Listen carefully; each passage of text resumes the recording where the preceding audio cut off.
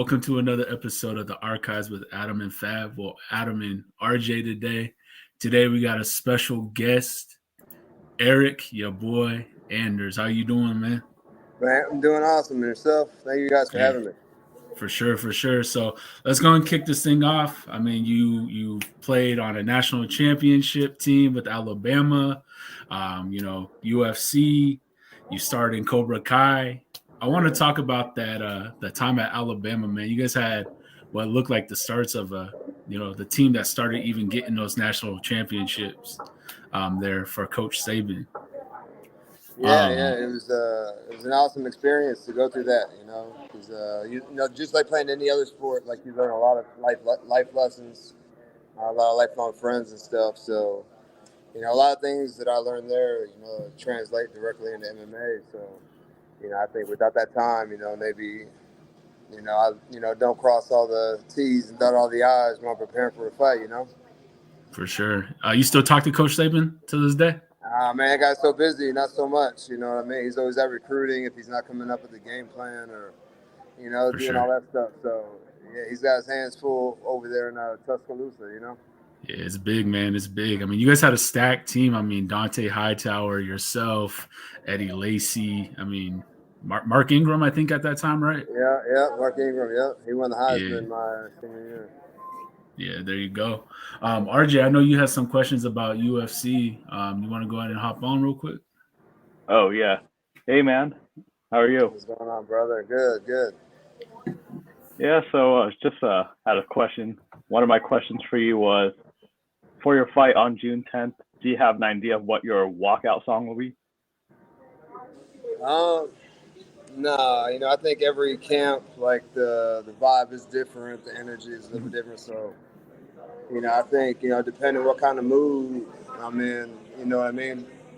I know, like, Mark, he likes the guy I'm fighting, he likes to, keep it close. So I think, like, this would be like a, meet me in the middle kind of fight, like a brawl, So, yeah.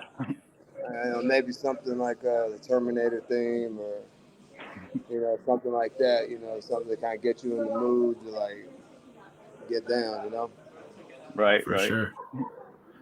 Yeah, so RJ, I know you have a couple more questions. Go ahead and lead it, man. Okay. So, Eryk, what was your favorite place or arena to fight in? Ooh. Yeah, I don't think that anybody quite has fans like the Brazilian fans. So fighting Thiago Santos in Sao Paulo, Brazil was pretty dope.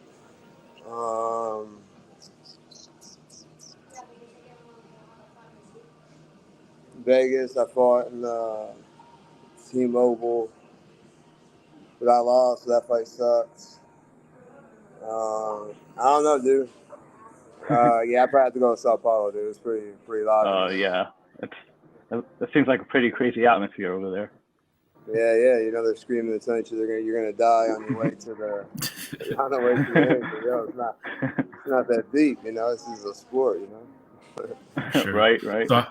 So how does a national championship crowd compare to a UFC crowd? I mean, both big stages. Dude, I think the fight crowd is a little bit more intimate. It's just you, one other person, a spotlight, and everybody's watching just you two. And football, there's definitely way more fans. I think we played in front of like 96,000 in the Rose Bowl. So, it's definitely louder, but they're not cheering for or against you personally. You know what I mean? They're cheering for like the team. You know what I mean? So I think the MMA crowd is a little more intimate. Okay. So I gotta ask you, man. You fought Lyoto Machida. Probably not the outcome you were looking for, but man, those kicks look brutal. You know what I mean? I gotta ask how intense were they? I've definitely dealt with worse, and it is what it is. Learned a lot during that fight, gained a lot of experience. So yeah, it is what it is. It's water under the bridge at this point. For sure. So coming from playing football, signing with the Browns, things like that, what got you into fighting in the UFC? I didn't make it. playing football. So, I was still young, still wanted to be an athlete. Wanted to, I'd already known about jiu-jitsu. I had been watching fighting, but I didn't know if I wanted to fight. I just started doing jiu-jitsu, liked it, and just wanted something, that got me like really uncomfortable. Like it's really uncomfortable to have somebody throwing punches at you if you don't know how to strike. If you don't know how to box, kickbox, or whatever. So that really got me outside my comfort zone. And now, it's pretty much, how I fight is on the feet. So, yeah. For sure. If there was somebody that you would want to fight, like who would you want to fight? I don't know, dude. I don't have any like vendettas or grudges or ever think about me and this person would be a great fight. I just, welcome every challenge that the UFC gives me. And yeah. There you go. RJ, do you have any more questions? I know you had a list there. Oh yeah, one of my other questions was, do the crowd reactions like during the fight play a role at all during your mindset, especially like the first round when the crowd like boos?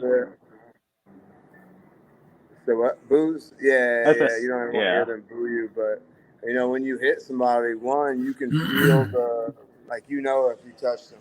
You know what I mean? Mm-hmm. Like how hard you hit them, like how hard the punch lands or whatever. And then the crowd sees that as well, especially if they wobble a little bit or you see the sweat fly or you hear like the pop of the glove. So all these things, all this stuff is like stimulating your brain or whatever. So of course you see a lot of guys whenever they land a solid punch, they try to follow it up because they know they landed a solid punch. They saw a reaction out of the person, their opponent, and then the crowd saw all that too. So the crowd is just like confirmation. You know what I mean? Right. So yeah, you were most recently at go ahead, RJ. My bad. Yeah. My last fight I went to was last summer, UFC 276 at International Fight Week, and that T-Mobile Arena crowd's always a good crowd. Yeah, it was loud. They're always a good time. That's my first time ever fighting in there, but I've been there and watched fights many times. It's always live. Yeah, definitely. So I know you were at UFC 287 just recently, man. That had to have been crazy to be at. But I seen that you connected with Mark Ingram and some of the other guys from University of Alabama. Must have been a good time. Yeah. And just randomly met them there or saw them there. I came with Marcel Darius, and who also played with me at Bama. And then just noticed them walking through the crowd or whatever, and we said what's up. So it's always a good time running into those guys. Yeah. So you were in Cobra Kai. What was it, season 5, episode 2, right? Yeah. How did you get that role? I mean, that's kind of out of the ordinary, wouldn't you say? Yeah, they filmed the movie in Birmingham and used our gym and a bunch of fighters as like backgrounds. It was a fight movie called Embattled with Steven Dorff. And so then they started filming Cobra Kai in Atlanta. And so the stunt coordinator on that film became the stunt director for Cobra Kai. And so he needed a tall Mexican, a big Mexican looking fellow to play a role, and threw my name in the hat. And I had an audition and everything. It was pretty cool, and I got the part. So yeah, there you go. It's about who you know. Not necessarily what you know, because I didn't know anything about acting. You see more acting in your future? I would love to. I think it'd be a great transition from the fight game to this, to acting. Be a lot safer for my body too. Yeah, I mean, you're 35 now, man, right? 35? Yep, be 36. Yeah. You might want to talk to Mark Munoz. He's probably your guy to kind of get involved with that. Was he a stunt guy now too? Oh no, man, he's making his own movies. He's been in a couple movies and things like that. Thank you. Say what? But I said he's been in some movies. He actually just made his own, and then he's been in Here Comes the Boom with Kevin James. And actually, I knew that. Yeah. Yeah. Yeah, So how next we time you talk typically? to him, Oh, man, throw my name in the hat. you said next time I talk to him, throw your name. Yeah. Tell him about me. Tell him to put me in the movie. Gotcha. Yeah, no, for sure, man. So how we kind of like to end our segment, because I know we're kind of getting close to the time. We'd like to always just ask for like a piece of advice with things that you like to do. We have a friend that does like jujitsu and things like that. He's a blue belt. So what kind of advice would you give for somebody that wants to keep pursuing what they're doing, or even maybe advance a little bit more? Yeah, keep showing up. You know, jiu-jitsu is one of those things that you have to do and keep doing. It's not riding a bike. You know, it's all about consistency. So if you train for a week and take a week off, you're actually moving backwards. You never stay in one place. You know what I mean? So keep showing up, keep training. Even on your worst days, you're still getting better. You know what I mean? So For keep sure. moving. For sure. Well, man, I think that's about it for our time right now. But yeah, man, if I come out to Vancouver, I'll definitely hit you up, and hopefully we could Yeah, come link up through, and come whatnot. through.